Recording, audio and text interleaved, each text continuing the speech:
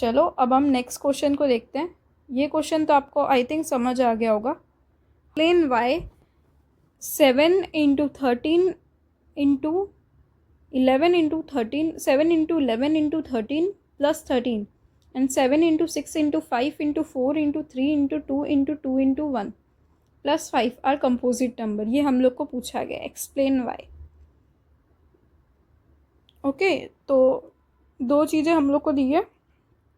हम दोनों क्वेश्चन मतलब इसमें दो पार्ट्स हैं, तो हम उसे फर्स्ट पार्ट है हमारा, फर्स्ट पार्ट नहीं, फर्स्ट है ना क्वेश्चन में। फर्स्ट हमें ये दिया है 7 इंटू 11 इंटू 13 प्लस 13, है ना। ये हम लोग को प्रूव करना है कि ये कंपोजिट है कि नहीं।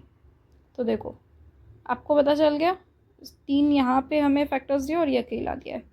कॉमन क्या निकाल सकते हैं हम, 13। यहाँ पे भी 13 है, यहाँ पे भी 13 है। यहाँ पे से क्या बच जाएगा, 7 इंटू 11। 13 क्या ले लिया मैंने कॉमन, प्लस क्या हो जाएगा, यहाँ पे से 13 आ गया तो क्या बचेगा यहाँ पे 1। यहाँ पे आप बोर्ड मास के बारे में सोच सकते हो कि हम लोग बोर्ड मास का यूज़ कर रहे हैं, सपोज करो।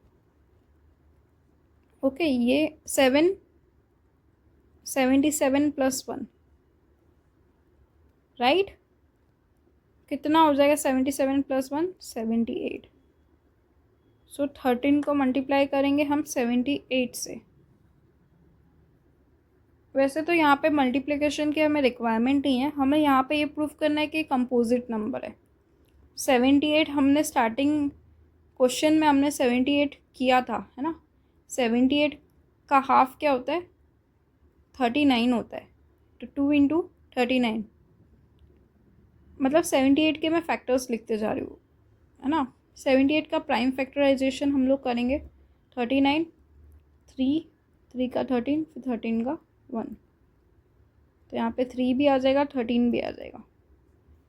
ठीक है, ये यहाँ पे मैंने प्राइम फैक्टराइजेशन किया 78 का। तो इससे पता चल गया मेरे पास कितने 4 फैक्टर्स है, मतलब therefore this is a composite number, है ना। इससे मुझे क्या पता चल गया, this is a composite number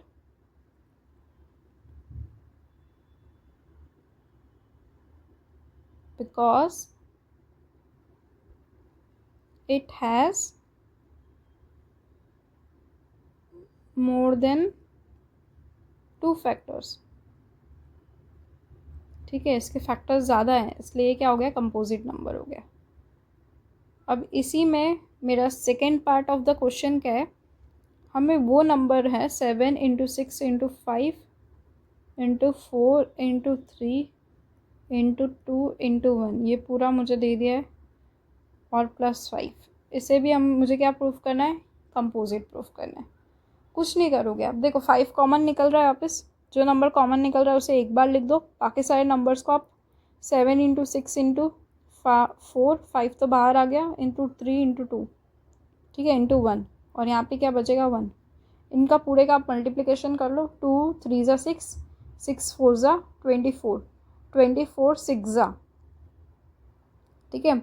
यहाँ पे हम लोग मल्टीप्लाई करके देख लेते हैं 24 6 ज़ा कितना होता है ना।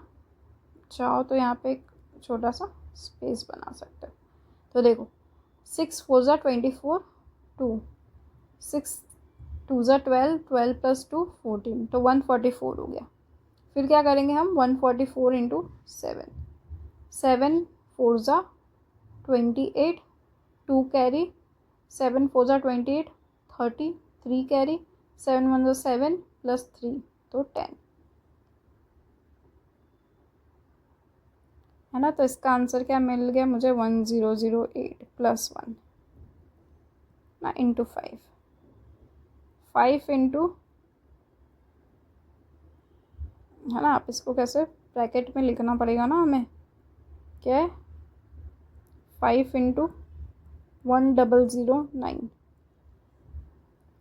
है ना। अब इसका prime factorization if you want you can do, but हमें पता चल ही रहा है कितने फैक्टर्स दिख रहे हैं यहाँ से, 5 इंटू एक तो 109 और एक तो 1 तो ऑलवेज होता है, से पता चल रहा है कि 3 नंबर हो गए है ना। तो ये of course therefore this is also a composite number. ये भी क्लियर होगा कि ये भी क्या है, कंपोजिट नंबर है। I think you must be clear with this question also. So after doing question number 6 है ना, तो हमारा क्वेश्चन नंबर